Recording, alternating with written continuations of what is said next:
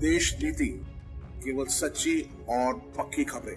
नमस्कार दोस्तों, स्वागत है आपका देश नीति में। मैं आपके साथ गेटी भाव्या। नयनतारा की हाल ही में आई फिल्म अन्नपूर्णी विवादों में है। एक्ट्रेस नयनतारा समेत नेटफ्लिक्स और डायरेक्टर पर एफआईआर हो चुका है और फिल्म को नेटफ्लिक्स से हटा दिया गया है। ये मूवी 1 दिसंबर को थिएटर में रिलीज हुई थी, जिसके बाद 31 दिसंबर को ओटीटी प्लेटफॉर्म नेटफ्लिक्स पर रिलीज की गई थी। पर नेटफ्लिक्स पे रिलीज होने के कुछ एक हफ्ते बाद ही फिल्म पर तरह तरह के सवाल उठने लगे और रमेश सोलंकी नाम के एक शख्स ने हाथों हाथ फिल्म और उनसे जुड़े मुख्य लोगों पर एफआईआर कर दिया। ट्विटर पर रमेश सोलंकी ने एफआईआर की कॉपी के साथ फिल्म में क्या क्या दिक्कतें उन्हें दिखी वो भी विस्तार से लिखा है। पहले मैं आपको वो पढ़ के बता दूं, डिटेल में हम फिर एक एक पॉइंट्स पर चर्चा करेंगे। फिल्म के कुछ 3 बातों पर उनका मुख्य रूप से विरोध है।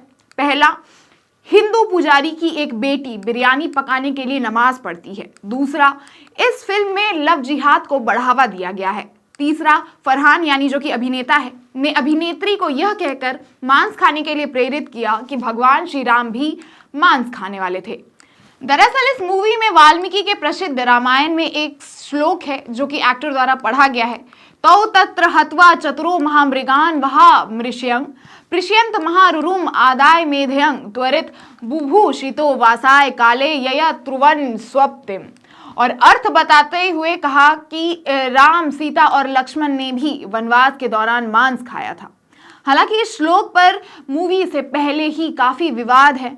हमने जब इंटरनेट पर इसका अर्थ ढूंढने का प्रयास किया तो हमें काफी लोगों की राय जानने को मिली, जिसके बाद 2 पक्ष मिले, जिसमें एक कहते हैं कि इस श्लोक में वाल्मीकि कहते हैं कि श्री राम ने धनुष से 4 हिरण मारे और साफ बचे मांस लेकर पेड़ के नीचे विश्राम करने चले गए। तो वहीं दूसरा पक्ष कहता है कि श्री राम ने 4 हिरणों का वध किया।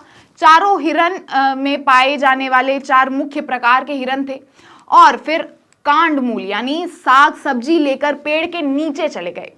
अब सही कौन गलत कौन मुझे मालूम नहीं, ना इसे जानने में मेरी कोई दिलचस्पी है, क्योंकि राम भगवान है और हमारे आस्था का हिस्सा है और मुझे मेरे भगवान में अपने भगवान को लेकर खासकर इस तरह का कोई भी सवाल नहीं उठता है। ना ही इस बात से कोई फर्क पड़ता है कि वो क्या खाते थे, क्या पहनते थे। आपको भी अगर सवाल करना है और जानना है तो मेरा विचार है कि आप पूछें और जाने कि राम के विचार क्या थे, उनका स्वभाव क्या था, क्यों भगवान राम को मर्यादा पुरुषोत्तम राम कहा गया।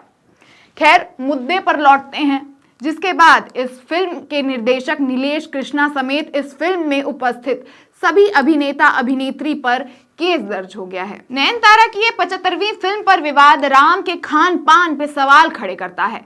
पर एक बात तो समझ आई कि रामायण के इस श्लोक को शायद नहीं लाना चाहिए था, पर नमाज पढ़ना, मूवी में लव सीन होना 2 समुदाय के बीच, ये तो कोई प्रक्रिया नहीं हुई हिंदू समाज को नुकसान पहुंचाने की। मतलब क्या हमारा धर्म इतना कमजोर हो गया है कि बस एक अलग धर्म के व्यक्ति से प्रेम करने में ही सवाल उठ जाए, वो भी एक फिल्म में, एक मूवी में जो कि असल भी नहीं है।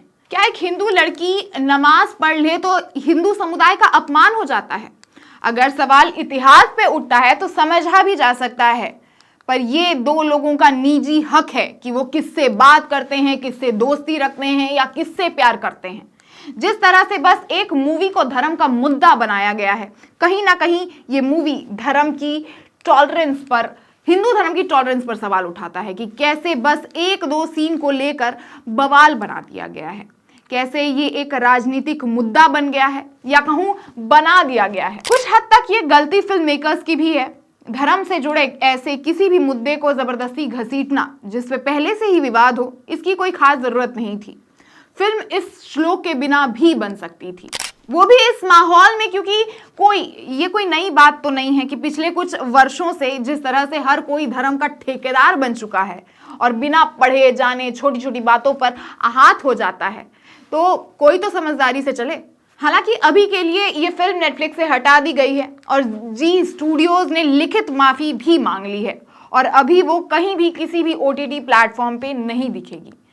आपका क्या मानना है दोस्तों इस फिल्म में दिखाए गए ऐसे विवादित सीन्स पर, और क्या ये केस होने लायक मुद्दा था या नहीं?